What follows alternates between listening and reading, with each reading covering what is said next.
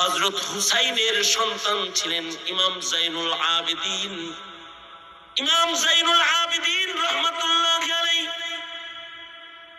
মক্কা শরীফে যাইতেছেন। এটা আমার শেষ কথা, খেয়াল করে শোনো। মক্কা শরীফে যাইতেছেন ইমাম জাইনুল আবেদিন, কাবায় যাইতেছেন, ইহরামের কাপড় পয়রা তালবিয়াটা পড়ছেন, লাব্বাইক আল্লাহুম্মা লাব্বাইক লাব্বাইক লা শারীকা লাক লাব্বাইক। তালবিয়াটা পড়ার সাথে সাথে ইমাম জাইনুল আবেদিন অজ্ঞান হয়ে মাটিতে পড়ে গেছে। মাথায় পানি দেওয়ার পরে হুশ আসছে জাইনুল আবেদিন।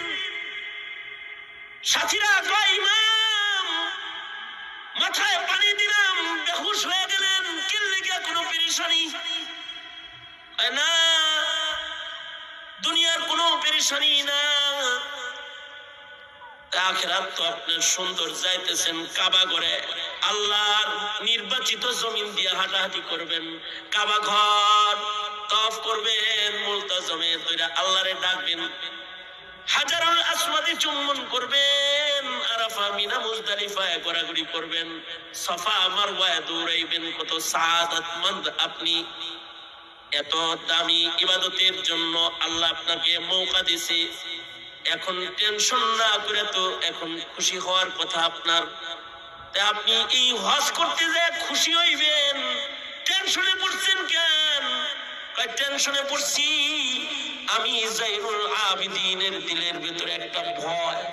আমি যখন বলি লাব্বাইক আল্লাহুম্মা লাব্বাইক, তখন ডর লাগে, না জানি আসমান থেকে আল্লাহ তাআলা ডেকে আমাকে বলে লা লাব্বাইক ওয়ালা সাদাইক। যদি আমারে আল্লাহ এটা বইলা ফেলায়, নিলাম না জাইনুল আবেদিন তোর লাব্বাইক, করলাম না তোকে আমার মাহবুব বান্দা আমি। বলো না আমি জাইনুল আবেদিনের মতো বহুত বান্দা এই জমিনে ও মহান রব্বে জলিলের আছে, কিন্তু আমি জাইনুল আবেদিনের কি ওই মহান আল্লাহ ছাড়া আর কোন আল্লাহ আছে যার কাছে যে আমি বলতে পারি লাব্বাইক? কারোর ভিতরে যদি তাকওয়াল্লাহ এসে যায় তখন তার হালত এরকম হয়ে যায়। এ কারণেই মুহাম্মদুর রাসূলুল্লাহ সাল্লাল্লাহু আলাইহি ওয়াসাল্লাম সাইয়্যিদুল মুরসালিন রাহমাতুল লিল আলামিনের খাতায় যার নাম, সেই পয়গম্বর রাতের গভীরে হাত তুলে আল্লাহকে ডেকে ডেকে বলতেন, মা আবাদনাকা হাক্কা ইবাদাতিক ওয়া মা আরাফনাকা হাক্কা মারিফাতিক। ওগো আল্লাহ, যেভাবে তোমায় চেনা দরকার ছিল ওইভাবে তোমারে চিনবার পারি নাই, যেমনি তোমারে ডাকা দরকার ছিল তেমনি তোমাকে ডাকতে পারি নাই। তোমরা সপ্তাহে একদিন জুমার নামাজ পড়ে অস্থির হয়ে যাও। জমিনে এমন কিছু আবেদ আছে যারা প্রতি রাতে জায়নামাজে দাঁড়ায় দাঁড়ায় আল্লাহর সামনে ঘন্টার পর ঘন্টা কাটায়াও তাদের তৃপ্তি হয় না। ঘন্টার পর ঘন্টা আল্লাহর কোরআন পড়ে তাদের তৃপ্তি মিটে না।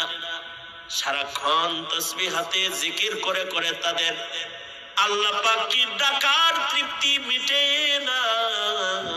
কারণ তাদের হৃদয় ঘোরাফেরা করে মা আবাদনাকা হাক্কা ইবাদাতিক ওয়া মা আরাফনাকা হাক্কা মারিফাতিক।